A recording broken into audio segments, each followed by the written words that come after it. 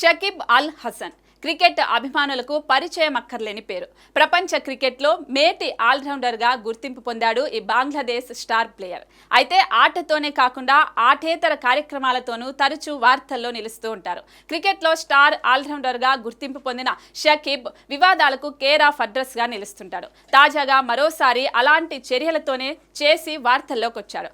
భారత్ వేదికగా జరిగిన వన్డే ప్రపంచ కప్ 2023 తర్వాత ప్రత్యక్ష రాజకీయాల్లోకి వెళ్లిన ఈ ఆల్రౌండర్ ఏడాది ప్రారంభంలో జరిగిన బంగ్లాదేశ్ 12వ సార్వత్రిక ఎన్నికల్లో గెలుపొందాడు. ప్రస్తుత ప్రధాన షేక్ హసీన్ నేతృత్వంలోని అధికార అవామీ లీగ్ పార్టీ తరపున మఘురా 1 నియోజకవర్గం నుంచి పార్లమెంటుకు పోటీ చేసి విజయం సాధించారు. అయినా క్రికెట్లో మాత్రం కొనసాగుతున్నాడు. ప్రస్తుతం బంగ్లాదేశ్ జట్టు జింబాబ్వేతో సిరీస్ ఆడుతోంది. ఈ సిరీస్ కు దూరంగా ఉన్న షకీబ్ దేశవాళీ టోర్నమెంట్ లో పాల్గొంటున్నాడు.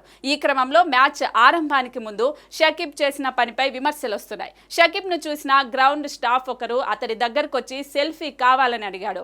ఏ ఆటగాడైనా వీలైతే ఫోటో ఇస్తారు, లేదంటే ఇవ్వలేను అని చెబుతారు. కానీ షకీబ్ మాత్రం అందుకు భిన్నంగా ప్రవర్తించాడు. గ్రౌండ్ స్టాఫ్ సెల్ఫీ అడగటంతో చిరెత్తిపోయిన షకీబ్ అతడిని కొట్టే ప్రయత్నం చేశాడు.